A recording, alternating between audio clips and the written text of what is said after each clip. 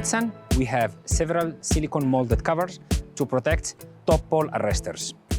To install them, you have to open them, wrap them around the arrestor,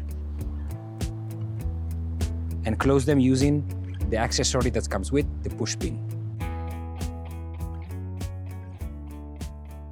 So as I said, it's very easy to install and you need no tools to install them.